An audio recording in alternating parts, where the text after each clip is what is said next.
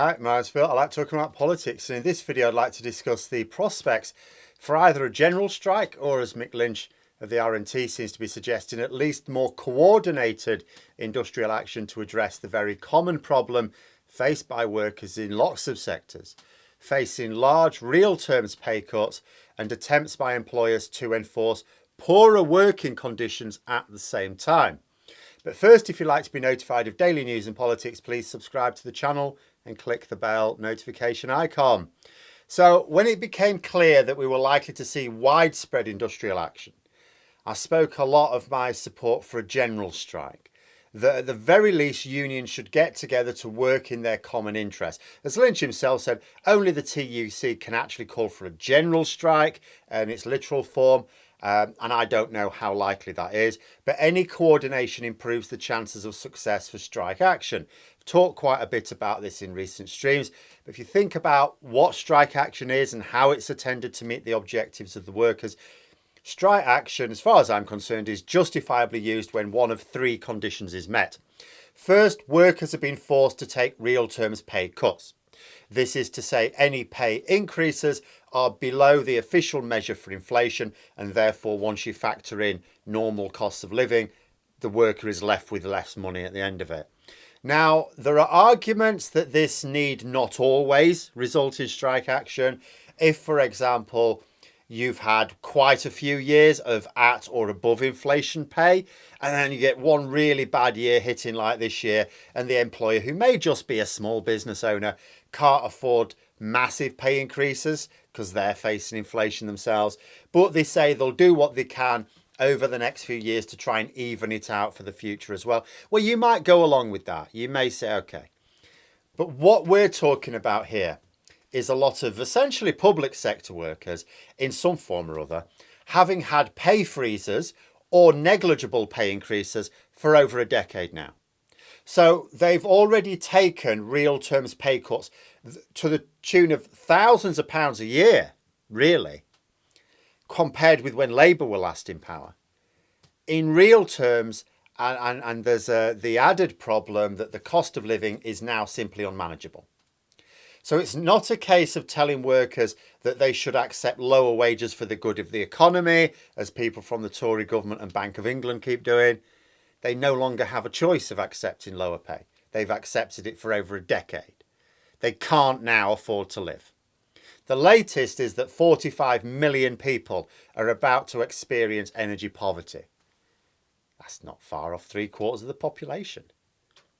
Second condition is if working conditions themselves have been lowered. You know, when you accept a job, it's on the contractual basis of a certain level of pay and conditions. Not only does that pay need to keep up with the agreement in real terms, but so too do the working conditions. If an employer feels the need to change those conditions, should be in consultation with the workers, because effectively you're changing the deal. None of this fire and rehire crap. And the third condition is forced redundancies. Again, as with the first two, maybe reasons why it has to happen, but it still needs to be on a consultation with workers and unions to make sure of that. Because if there's no valid case for redundancies, if all you're wanting to do is make more profit and you reckon you can squeeze more out the remaining workforce, albeit a poorer service to your customers, that is another case for strike action, because those redundancies are not then justified. In the case of the RMT workers, of course, as one very notable example, all three of these conditions exist. And how does a strike work? Put simply, it inflicts a financial penalty on those whom they wish to persuade. It inflicts a financial penalty on the employer. If it's a large enough strike, as these ones are, it inflicts an economic cost to the country, which should concern the government. The government will almost inevitably blame the coming recession on greedy striking workers. Won't wash. Ultimately, the government will take the hit for the strength of the economy. Both the Tories and Labour did so in the 1970s and lost the subsequent elections. It's often been the case that governments have sought to blame others for the woes of the country, a necessary political gambit really, but they mostly also try and address the problem as well. Whilst blaming others, they sort of work on it to try and get the problem to go away, because it's way easier to just not have the problem than to try and blame someone else for it. But our current government almost unique in British history as far as I can tell, is not only the cause of our problems, but they know it as well. So there's no thought of solving problems, only in blaming others.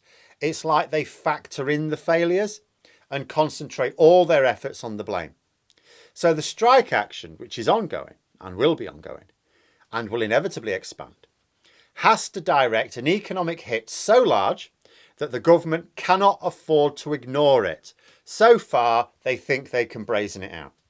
So it has to be long-lasting, so long-lasting that they cannot get away with blaming others. The economic hit has to be such that the Tories recognise it as an election-losing hit. Then they'll suddenly find time to get around the negotiation table. The problem with this is the collateral damage. The economic hit hurts everyone, so ideally it needs to be a short, sharp shock that triggers an immediate and positive response from the government, rather than protracted damage that takes longer to recover from. This is why I would like to see coordinated action, preferably a general strike, but whatever we can get. Because there's no question as to whether the strike should go ahead.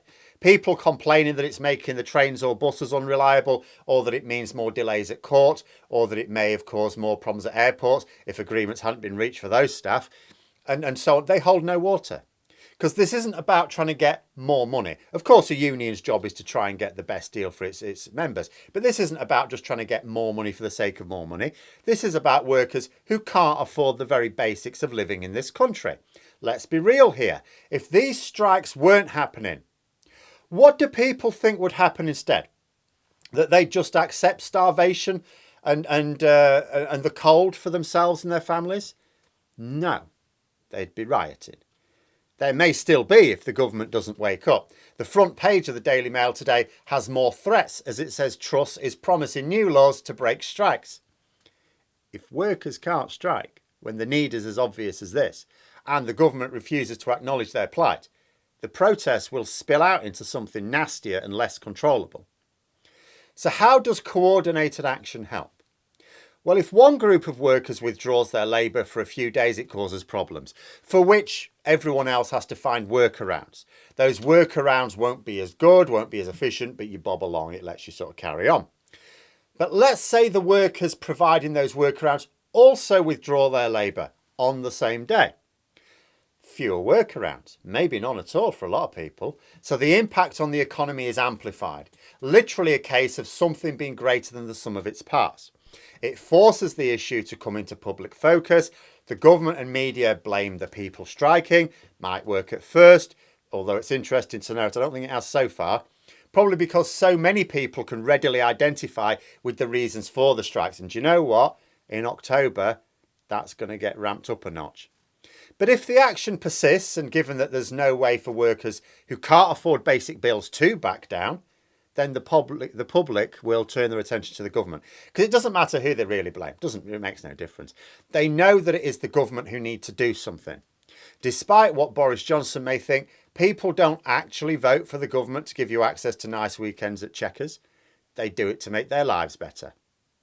But those are my thoughts. Let me know yours in the comments below. Hope you found the video interesting. If you did, please click the like button.